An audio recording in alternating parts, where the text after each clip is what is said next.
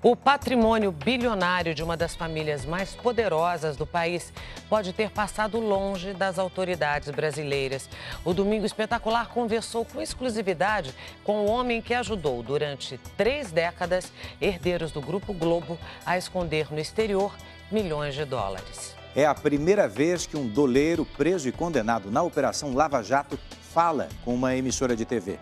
Ele revela os bastidores das remessas de dinheiro vivo à emissora carioca e como os irmãos Marinho conseguiram driblar a fiscalização e sonegar impostos. A reportagem é de Lucas Rocha, Silvestre Serrano e Ana Albini.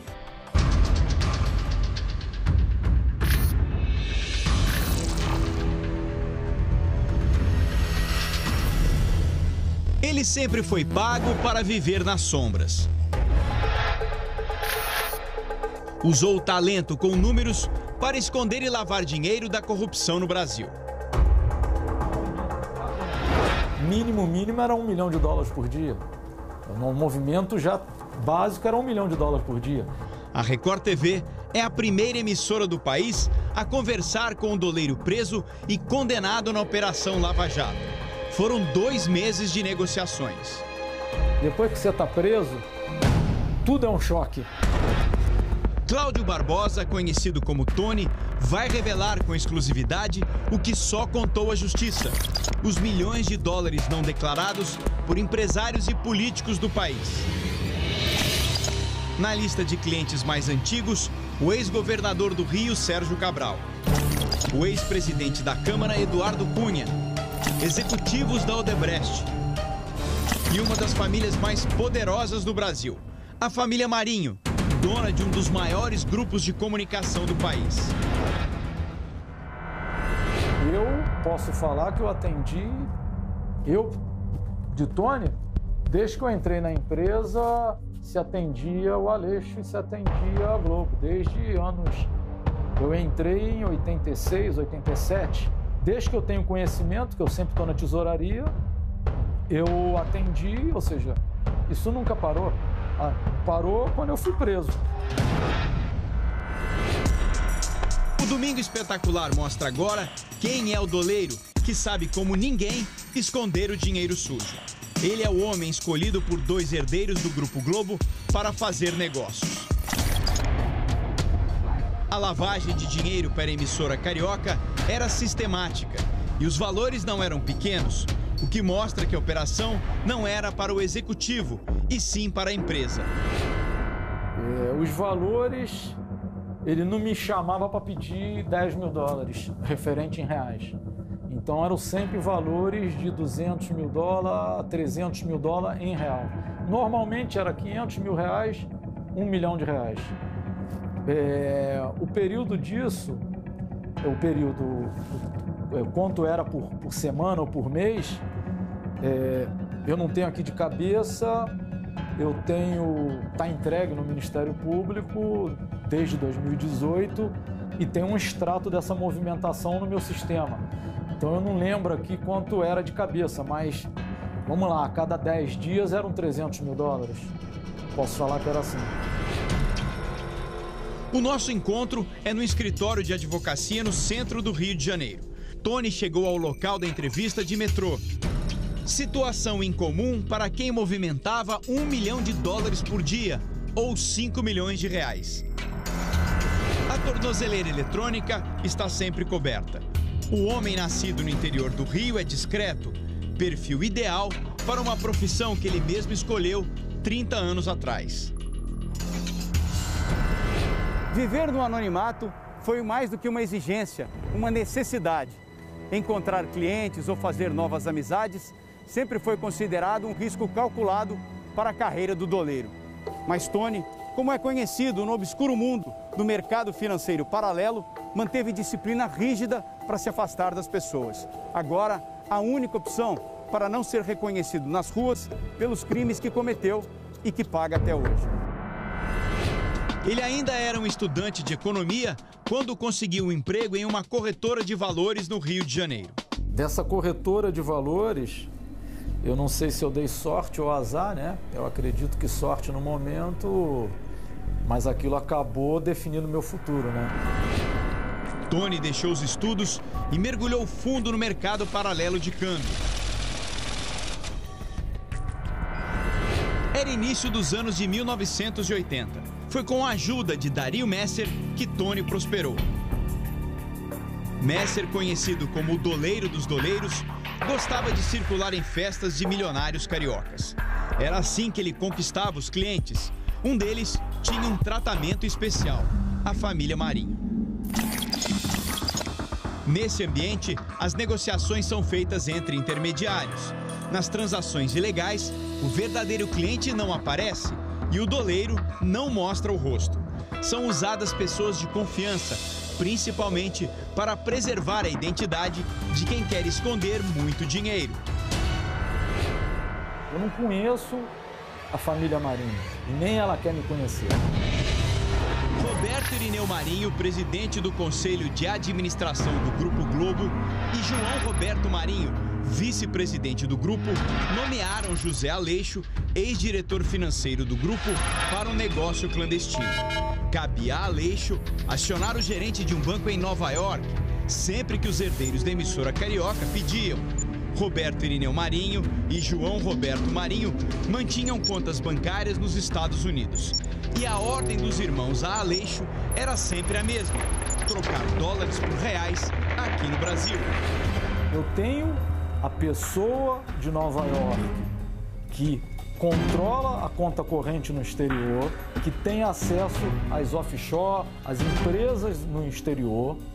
E eu tenho a pessoa no Rio de Janeiro, estou falando antes de eu ser preso, 2017, a pessoa que tinha que receber os reais.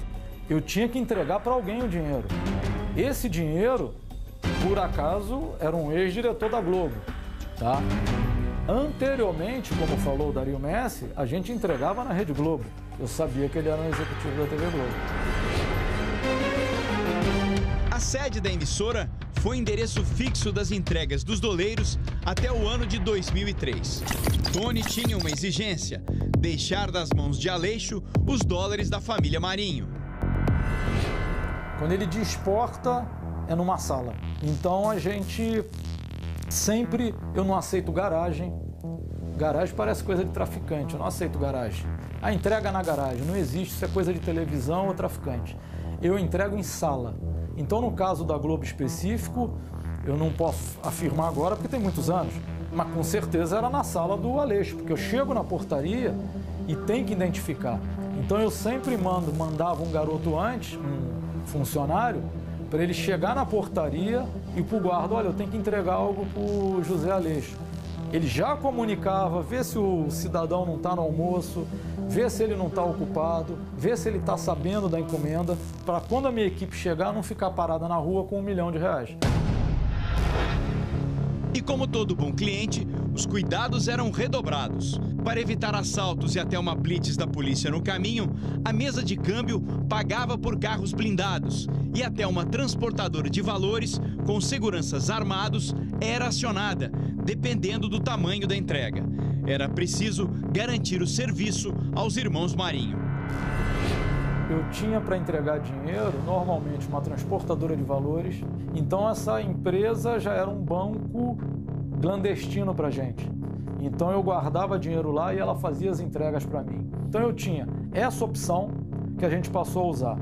Eu tinha a opção de seguranças meus com rapazes meus. Só que a gente não usava mochila, pasta. O que está na mão, pode qualquer ladrão de rua te assaltar e de repente ter R$1 milhão. Então a gente delimitava o risco. Se eu tenho uma entrega de R$1 milhão no centro do Rio, eu dividia em 3 vezes. E eu fazia com dinheiro na perna dos portadores. Eles punham essas meias grandes, põem o dinheiro na perna e ali ele tem em cada perna R$200 mil. Então, ou seja, 2 pernadas você já entregou 400 mil. Isso no centro do Rio. Se fosse dinheiro como São Conrado, a transportadora... São Conrado era o endereço do então diretor financeiro do Grupo Globo, José Aleixo. A partir de 2003, as remessas de dinheiro passam a ser entregues na casa de Aleixo. Foi neste ano que toda a estrutura usada para atender a família Marinho se mudou para o Uruguai. O controle e a fiscalização sobre o sistema financeiro estavam cada vez mais rigorosos no Brasil. Montar uma mesa de câmbio em Montevidéu foi a saída para manter os negócios e a clientela. Tinha essa impressão que no Uruguai você faz tudo. E normalmente você chega no Uruguai, metade é advogado, metade é doleiro. Então a gente estava bem à vontade. Tony entregou à justiça, em acordo de delação premiada, um computador com os extratos das operações com a família Marinho. São comprovantes de entregas de dinheiro na casa de Aleixo. O diretor faleceu em 2018. As transações foram interrompidas um ano antes. Motivo: Tony foi preso. Na minha contabilidade, eu devo ter movimentado uns 15 a 20 milhões de dólares. 15 milhões de dólares ou quase 80 milhões de reais em valores atualizados. Isso em apenas 5 anos de entrega aos irmãos Marinho. Na visão de um doleiro experiente, é uma pequena amostra de quanto dinheiro o Grupo Globo deixou de declarar às autoridades. Transações que fazem parte de um gigantesco esquema criminoso. Um cliente meu do Rio de Janeiro que pede 500 mil reais na casa dele e ele está sentado no ar-condicionado, ele se considera o cliente limpo, cliente bonito, sem envolvimento com nada. Ele, para receber os 500 mil reais na casa dele, ele está se envolvendo com um doleiro, que antes era um agente financeiro, hoje é criminoso. Ele está se envolvendo com sonegação, ele está se envolvendo com formação de quadrilha, porque isso tudo que eu fui enquadrado, formação de quadrilha. Ele está se envolvendo em lavagem de dinheiro. Caso a família Marinho? Eu posso falar que sim. Quem ajudou a esconder o dinheiro da corrupção brasileira não tem dúvida. João Roberto Marinho e Roberto Irineu Marinho tiveram a ajuda criminosa de doleiros para fugir das autoridades e ocultar por décadas uma fortuna bilionária.